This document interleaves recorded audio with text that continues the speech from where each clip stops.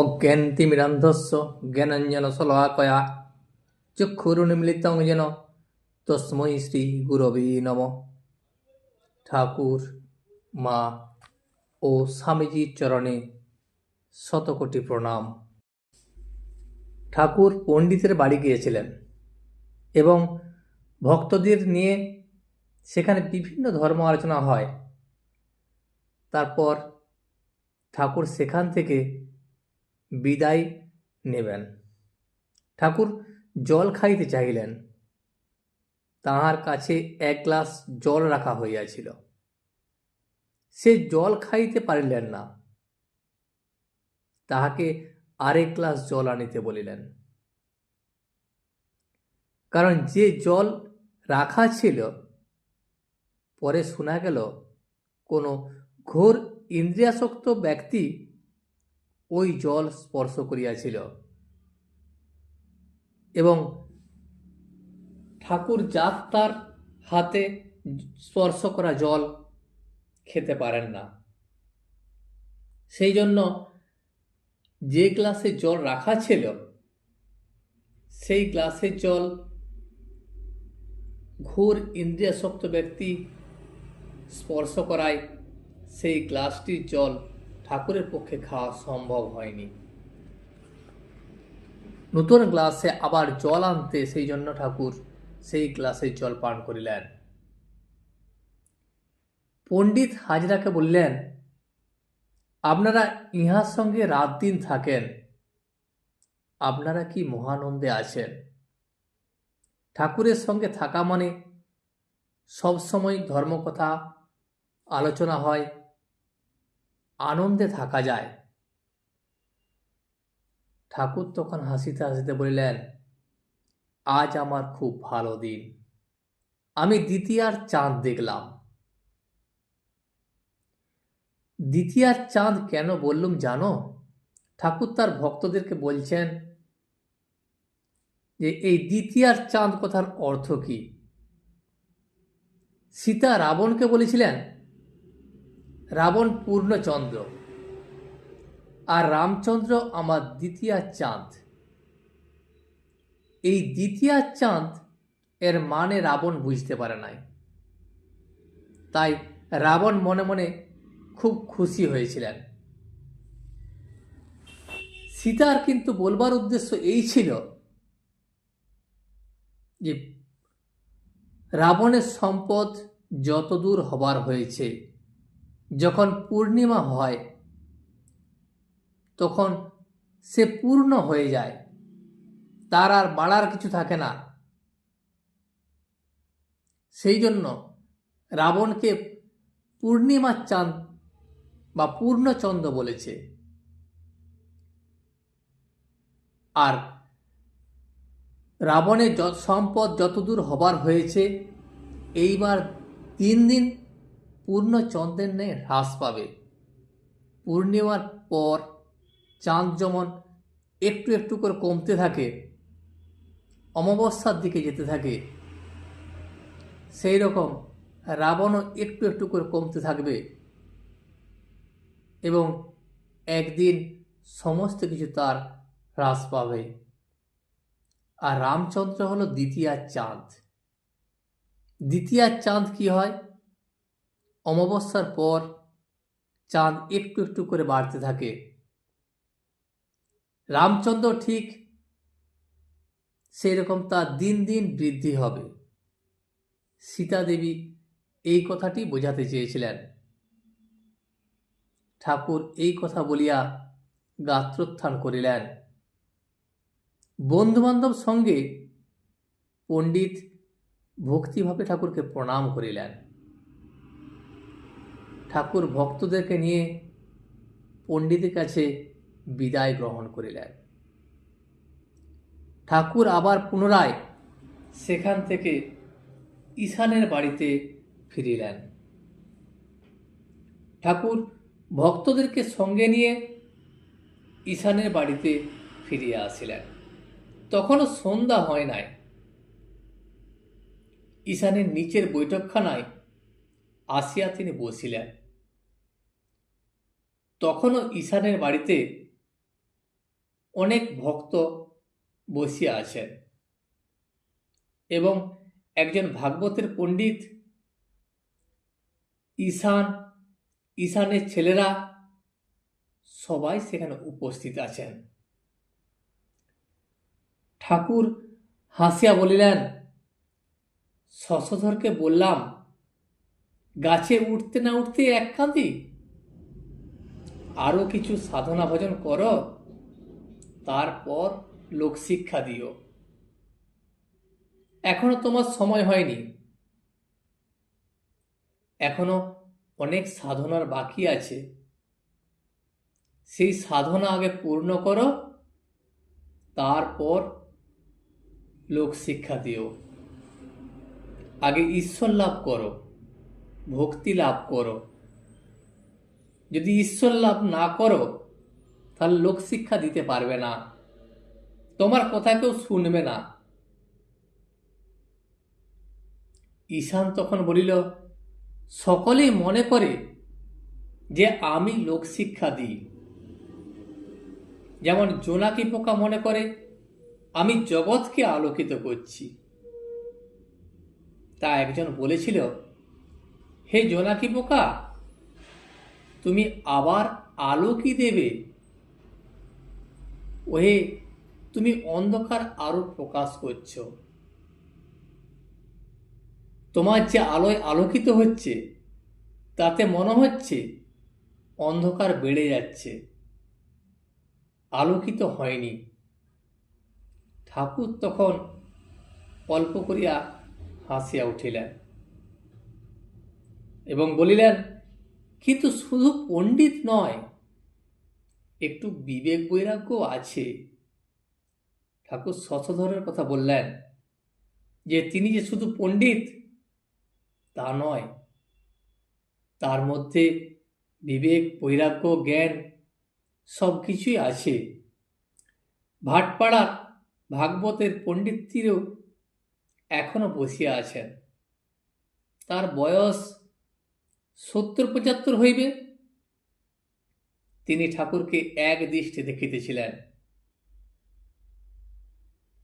ভাগবত পণ্ডিত বলিলেন, ঠাকুরকে বলিলেন, আপনি কি মহাত্মা? অনেকক্ষণ দেখার পর ভাগবত পণ্ডিত এই কথা বলিলেন। ঠাকুর তখন বলিলেন, আমি কি মহাত্মা? মহাত্মা তারাই, সে হল নারদ, প্রহ্লাদ, সুখদেব, এদেরকে আপনি মহাত্মা বলতে পারেন। আমি আপনার সন্তানের ন্যায়, তবে এক হিসাবে বলতে পারেন। এমনি আছে যে ভগবানের চেয়ে ভক্ত বড়, কেননা ভক্ত ভগবানকে হৃদয়ে বয়ে নিয়ে বেড়ায়। তার হৃদয়টা এত বড়, সবসময় সে ভগবানকে তার হৃদয়ে বয়ে নিয়ে বেড়ায়। ভক্ত মোরে দেখে হীন, আপনাকে দেখে বড়। যশোদা কৃষ্ণকে বাঁধতে গিয়েছিলেন। যশোদার বিশ্বাস, আমি কৃষ্ণকে না দেখলে তাকে কে দেখবে? কখনো ভগবান চুম্বক, ভক্ত ছুঁচ। ভগবান আকর্ষণ করে, ভক্তকে টেনে লন। কখনো কখনো আবার ভক্ত চুম্বক পাথর হন, তখন ভগবান ছুঁচ হন।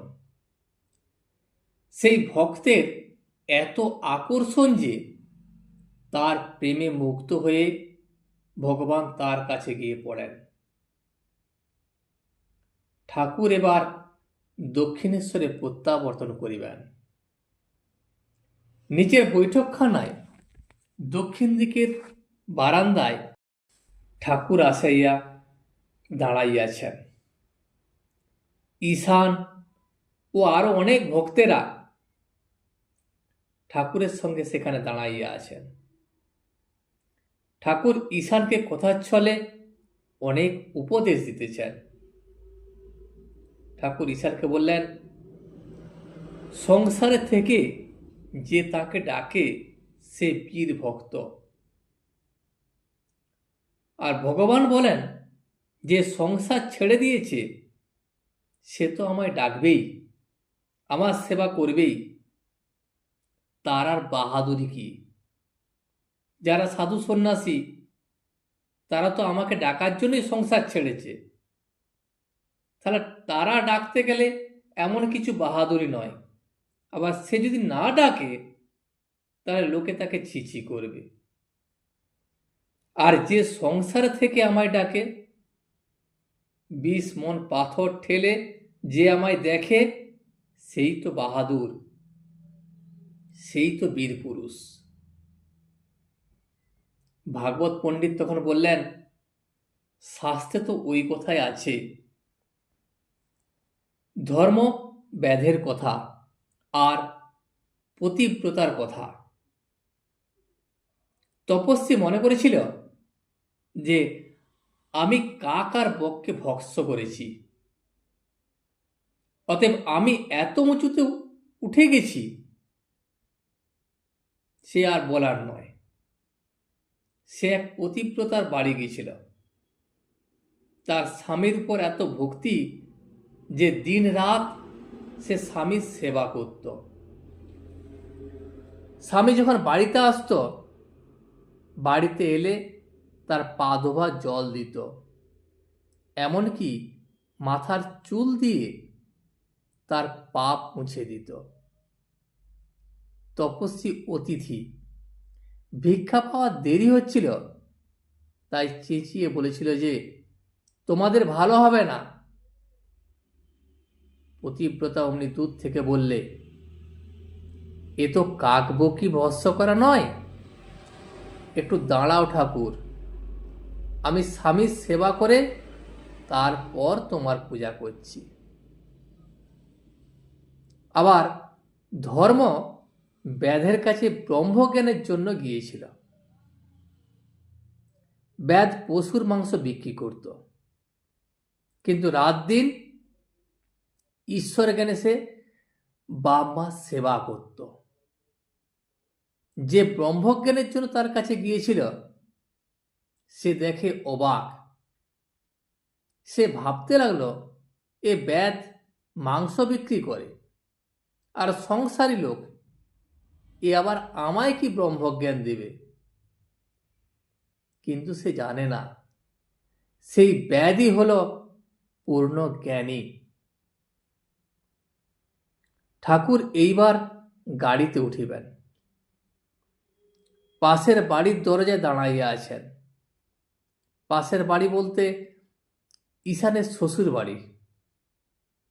ঈশান ও ভক্তেরা তাহার কাছে দাঁড়াইয়া আছেন, তাহাকে গাড়িতে তুলিয়া দিবেন। ঠাকুর আবার কথার ছলে ঈশানকে উপদেশ দিতেছেন, দেখো, পিঁপড়ের মতো সংসারে থাকো। এই সংসারে নিত্য অনিত্য সব কিছুই মিশিয়ে রয়েছে, যেমন বালিতে চিনিতে মিশানো। পিঁপড়ে হয়ে শুধু চিনিটুকু নেবে, বালিটুকু পড়ে থাকবে। আবার জলে দুধে একসঙ্গে রয়েছে চিদানন্দ রস আর বিষয় রস, দুটি রসই একসঙ্গে মিশে আছে। হংসের মতো শুধু দুধটুকু নিয়ে জলটি ত্যাগ করবে, আর পানকৌটির মতো গায়ে জল লাগলে জলটি ছেড়ে ফেলবে। পাঁকাল মাছের মতো পাঁকে থাকে, কিন্তু গা দেখো পরিষ্কার উজ্জ্বল। ঠিক সেই রকম পাঁকাল মাছের মতো সব সময় মন থেকে ময়লা পরিষ্কার করে দেবে। গোলমালে মাল আছে, তার গোলটি ছেড়ে মালটি নেবে। ঠাকুর এবার গাড়িতে উঠিয়া দক্ষিণেশ্বরে যাত্রা করিতেছেন। আজ এই পর্যন্তই। ভিডিওটি শেষ পর্যন্ত দেখার জন্য আপনাকে অসংখ্য ধন্যবাদ। ভিডিওটি যদি আপনার ভালো লেগে থাকে তাহলে একটা লাইক, কমেন্ট এবং বন্ধুর সাথে শেয়ার করে দেবেন। সাবস্ক্রাইব করে পাশে থাকা বেল আইকনটি বাজিয়ে দেবেন যাতে আপনাদের নতুন ভিডিওগুলি সর্বপ্রথম আপনার কাছে পৌঁছে যায়। জয় শ্রী রামকৃষ্ণ, জয় শ্রী রামকৃষ্ণ, জয় শ্রী রামকৃষ্ণ।